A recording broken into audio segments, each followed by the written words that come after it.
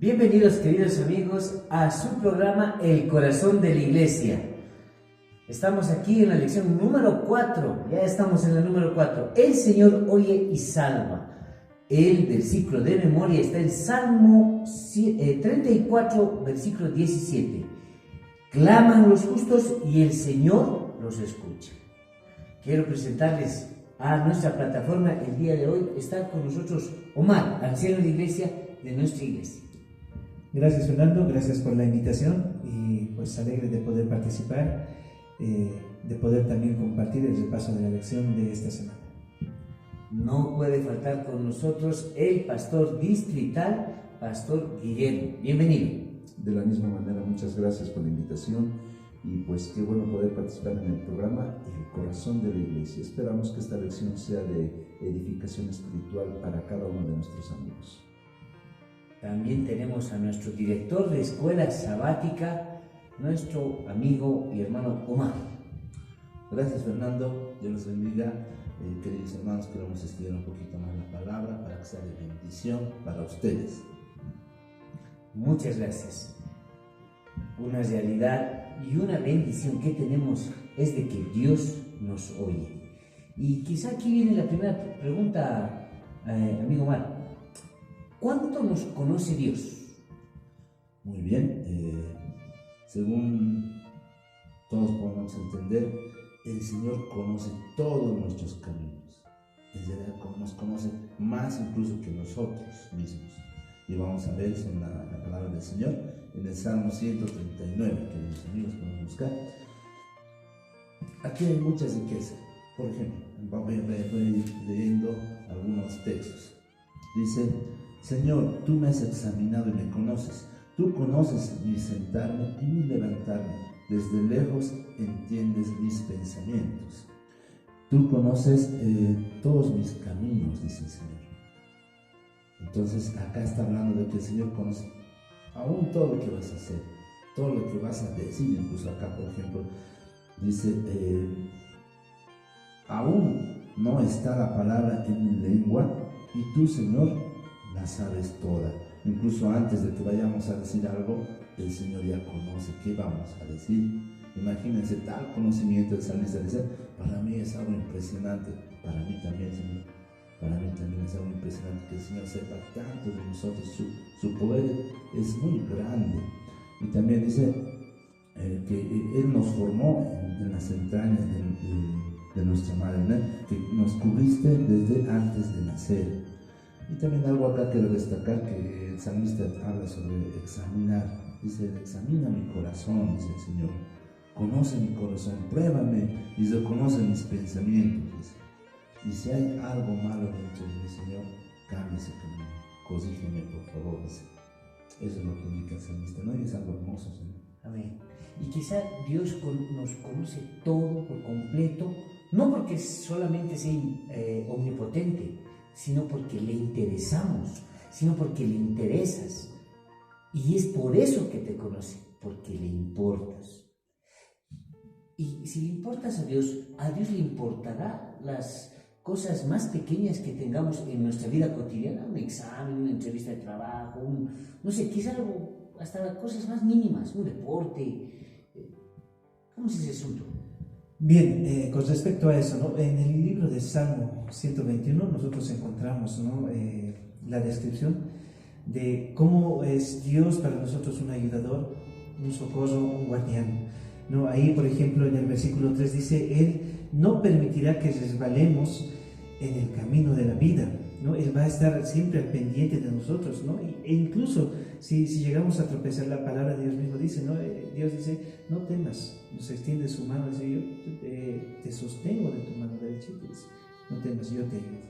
No, versículo 4 ahí del capítulo 121 de Salmos también nos dice: vela constantemente sobre nosotros. Él está siempre al pendiente de nosotros, ¿no? Versículos 5 y 6 nos brinda refugio físico y espiritual, no solamente se preocupa por lo espiritual, sino también de nuestro cuerpo físico, de nuestra salud física. Entonces Dios siempre va a estar al cuidado. El versículo 7 dice: está siempre a nuestro lado para defendernos. Y el versículo 8 termina diciendo: nos cuidará en todo momento y en todo lugar. Y hace un momento decías, ¿no? Se preocupa tal vez por los estudios, el trabajo, ¿no? Y a veces como seres humanos nosotros depositamos nuestra confianza en estas cosas. Pero cuando llegan las pruebas, las dificultades, a veces estas cosas pueden llegar a fallarnos. Pero algo que debemos comprender es que Dios nunca nos va a fallar. Él siempre va a estar ahí presto, dispuesto a ayudarnos. Es interesante lo que Omar mencionó, ¿no?, respecto a la confianza. Y me gusta este Salmo capítulo 7, versículo 1, donde dice: por eso confío en Dios y lo invoco a Él. Esa seguridad tiene que ver en el hecho de que paso alguna necesidad, pero hablo a Dios y Él me ayuda. Pero cuidado, mucho cuidado. En una ocasión, un barco lastimosamente tuvo un accidente en pleno océano, ¿no? Casi todos murieron, solamente quedó un hombre vivo. Y este hombre que quedó vivo era cristiano. Y el hombre, ese momento, cuando estaba en medio del mar, solo y a punto de ahogarse, decía: Señor, Señor, no quiero morir aquí.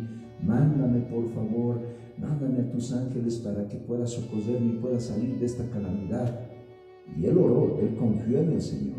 En ese momento pasó un bote ahí, salvavidas, y le decían: ven, sube al bote. Pero este hombre decía: no, el Señor me va a ayudar, el Señor va a mandar a sus ángeles, sigan su camino.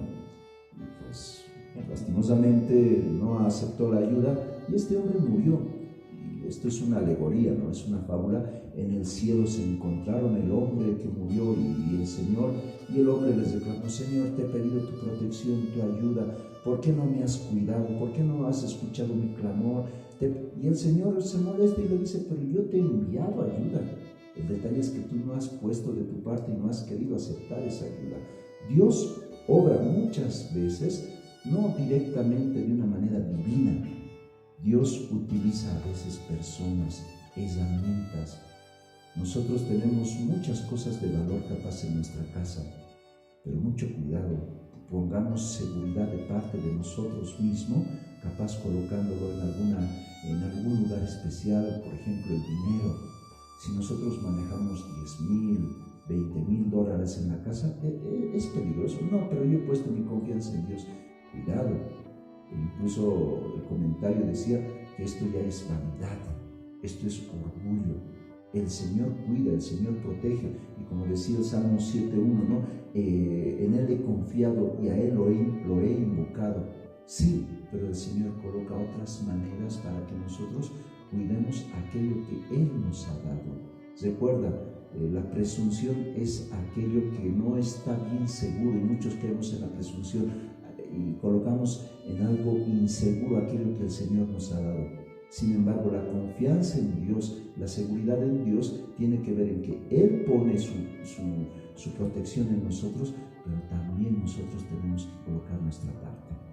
Muchas gracias. En este tema de la presunción creo que hay mucha tela por cortar, pastor, porque algunas veces dentro de la iglesia hay relaciones de parejas, pero dicen, no es cristiano, ¿qué debe convertir? ¿Está relacionada a la presunción? En cierta manera sí, ¿no? Porque recuerda, el Señor nos da ciertas directrices. Por ejemplo, en el tema de parejas, el Señor nos recomienda qué tipo de personas deberíamos buscar, temerosas hacia nuestro Creador. Pero si nosotros desobedecemos, estás pisando no un suelo firme, estás pisando ya algo que no es bien seguro, ¿no? Te estás metiendo en un campo muy peligroso. Puede ser, yo sé que en la iglesia tenemos muchos hermanos que han traído a su pareja a la iglesia, y es cierto, pero también no puede ser, porque hay muchos hermanos que han caído de la fe por buscar a alguien que no es de la misma fe. Ahí también, entonces, el versículo dice: en ti he confiado, sálvame, líbrame de todos los que me persiguen. Entonces, cuando alguien pide al Señor, Dios va a responder. Dios siempre responde, pero muchas veces utiliza a los padres, utiliza al pastor, utiliza a los hermanos de iglesia, utiliza algunas veces la radio, Nuevo Tiempo, utiliza la Biblia. Obviamente la Biblia utiliza para responderte, pero también para responderte utiliza otros medios, como los médicos. Dios ha instituido médicos para salvarnos. No es mi rodilla se va a sanar, no, yo creo en Dios, no, Él me va a sanar, Él me va a curar. No, ha proporcionado estos elementos. Quizá otra consulta ahí es, cuando atravesamos estos momentos difíciles, pensamos, ¿qué hay que hacer? Bien, aquí en el libro de Salmos nosotros encontramos, y vamos a ir al libro de Salmo capítulo 91, versículo 4. ¿Qué es lo que nos dice Salmo 91, versículo 4? Dice lo siguiente: con sus plumas te cubrirá y debajo de sus alas estarás seguro. Escudo y adarga es su verdad.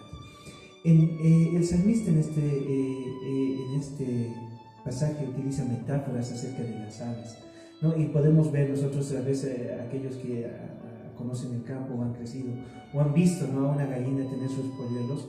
Cuando tú quieres acercarte a los pollitos, ¿qué hace la gallina? Levanta las alas y los pollitos empiezan a meterse debajo de las alitas, ¿no? Y después las cubre, o cuando está cayendo la lluvia, ¿no? Entonces van, se esconden, o cuando hay alguna amenaza. Entonces el salmista utiliza esta metáfora de cómo Dios extiende sus brazos, ¿no?, y nos protege a nosotros como sus hijos. No solamente eso, sino también utiliza otras metáforas como abrigo, sombra, castillo, diestra, ¿no? Y todas ellas nos hablan acerca de la protección y la seguridad que Dios nos da a cada uno de sus hijos. Entonces, es esta la seguridad que nosotros debemos albergar en nuestros corazones, confiando de que Dios siempre va a estar al cuidado de nosotros. Y ahí hay un peligro, ¿no? No sé si, creo que esto es algo general, que cuando estamos atravesando un problema, no vemos a Dios, nos cuesta ver a Dios. Pastor, ¿qué hacer? Es normal, entre comillas, cuando el luto nos rodea, cuando la enfermedad, cuando alguna situación muy difícil está al lado de nosotros, es hasta lógico, se podría decir, que nuestra vista se pierda de Dios, porque ante tanta tristeza, ante tanta dificultad, es difícil poder creer que el Señor está ahí, ¿no? Pero me quedo con el Salmo 91, 2, que dice: tú eres mi refugio y mi fortaleza. ¿A qué se refiere con un refugio? Refugio no es un lugar donde no te va a pasar nada exactamente. Refugio es un lugar donde tú vas a descansar, vas a aliviar tu dolor. Como mencionaba Omar, el ejemplo de la lluvia. La lluvia va a caer, pero ese refugio en algún momento te va a proteger para que esa lluvia no te moje al 100%, ¿no? Tú eres mi fortaleza. ¿Fortaleza en qué sentido? Él te va a fortalecer en esos momentos de tristeza. Cuando yo perdí a mis papás, yo creo que si no hubiese sido por el Señor, hubiese caído en la depresión. El Señor es quien me da esperanza, ¿no? Mi Dios en quien confío. El Señor, querido amigo, amiga, Él está ahí. Aunque en ese momento de pena y de tristeza, capaz no podamos creer que Él está ahí, Él está ahí. El Señor está en las buenas, pero sobre todo está en las malas. ¿Recuerdas cuando hacen los votos matrimoniales? El voto matrimonial dice: en la salud y en la enfermedad, en la prosperidad y en la pobreza, ¿no? En momentos buenos y en momentos malos, el Señor está ahí. Así que no dudemos de su presencia, no dudemos de su confianza que Él quiere que nosotros tengamos hacia Él. Muchas gracias. Quizá en el momento del dolor no sintamos su bendición, su cuidado, quizá, pero en ese momento de dolor es cuando más cerca está, porque le importas. Ha llegado un momento especial de adoración. Tenemos aquí a Daniela. Daniela, para que Dios nos oiga tenemos que orar. Daniela, muchas gracias. Así es, vamos a adorar con esta alabanza, tienes que orar.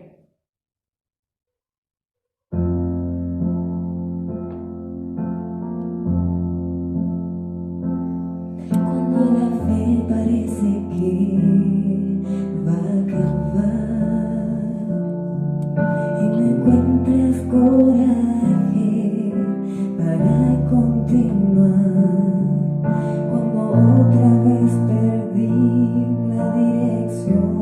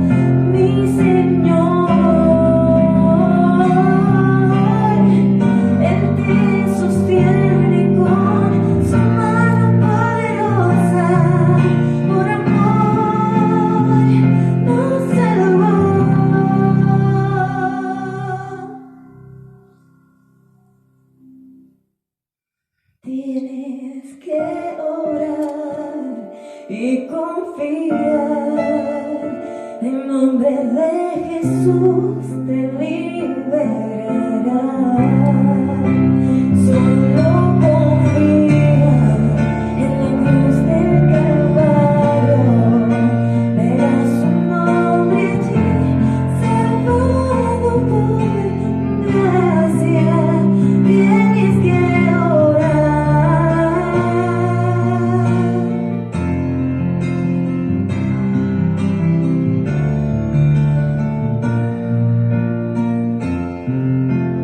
Tienes que orar.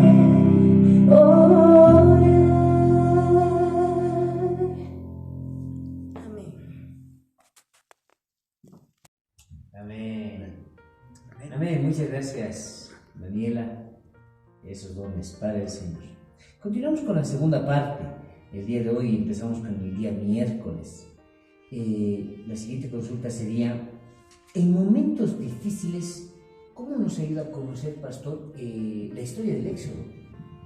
Es interesante ver en el Éxodo cómo es que la protección de Dios estaba sobre su pueblo, ¿no? Estaban en un lugar árido, desierto, donde habían animales muy peligrosos. Recordemos que en el desierto no hay conejitos, no hay gatitos simpáticos. En el desierto hay víboras, escorpiones, el clima de día es hostil, de noche es peor, ¿no? Pero si nosotros recordamos el Éxodo, ¿cómo es que la protección del Señor estaba con ellos?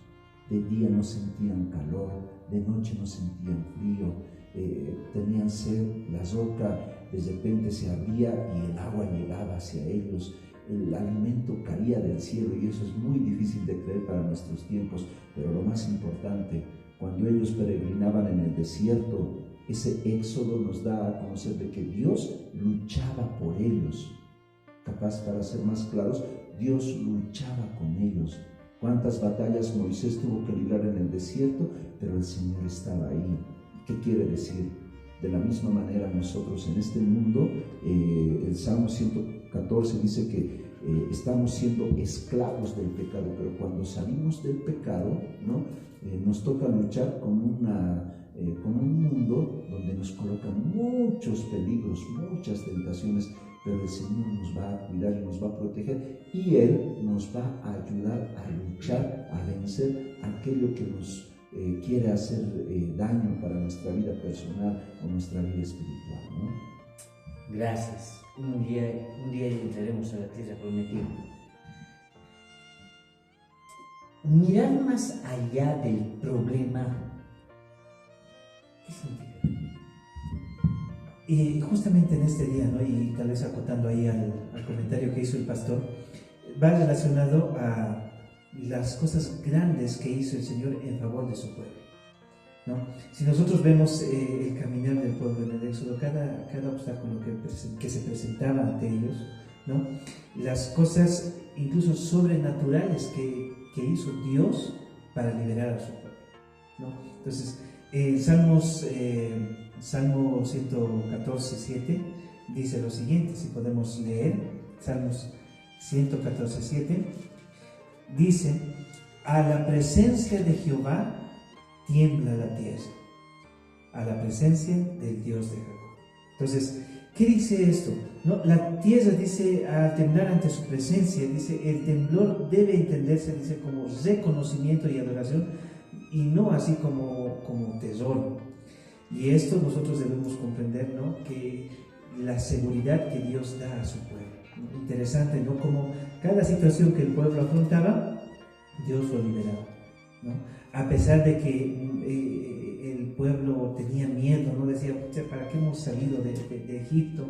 ¿No? Hemos venido a morir. Incluso cuando estaban frente al mar, dijeron: ¿para qué nos trajiste acá? ¿Para morir? Mejor hubiese sido morir en Egipto, ¿no? Pero sin embargo Dios, ¿no?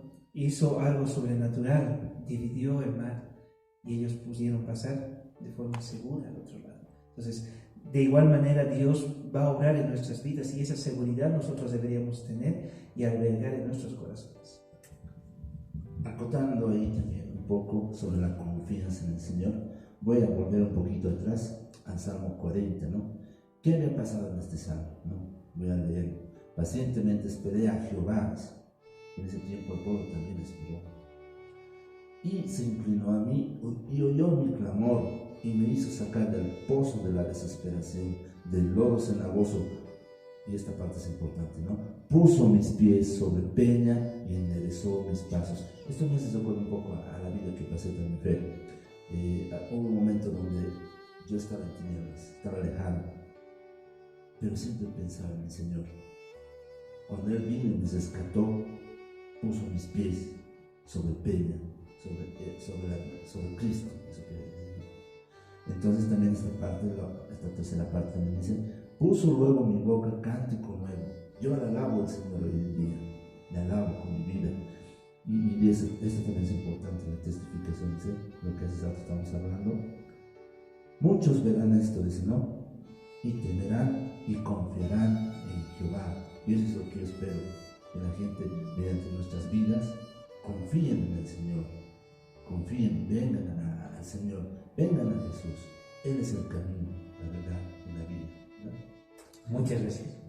Tal vez con eso, ¿no? Acotando a lo que decía ahí, con nuestras vidas, y ahí vemos, ¿no?, cuán importante es para nosotros mantener una comunión íntima con el Señor, una comunión diaria, porque mediante esa comunión nosotros vamos a poder reflejar el carácter de Cristo y dar esa seguridad a las demás personas, ¿no? Como decía, para que ellos puedan ver, ¿no?, en nosotros también la salvación. ¿De qué manera? Reflejando lo que Cristo ha hecho en nuestras vidas. Muchas gracias. ¿Qué relación, pastor, hay entre el dolor y el santuario?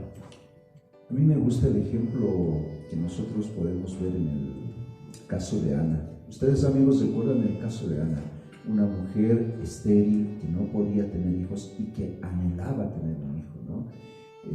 Cuando nosotros estamos en depresión, cuando nosotros estamos en desesperación y la tristeza invade nuestra vida, normalmente queremos acudir a personas. Y no está mal, ¿no? Pero el ideal como cristianos es acudir al trono de Dios, ¿no? Ana, en ese momento que se sintió inservible, por así decirlo, porque en aquellos tiempos una mujer que no pudiese tener hijos, así se sentía. ¿A dónde se acercó Ana? La Biblia nos menciona que Ana fue y cosió al santuario.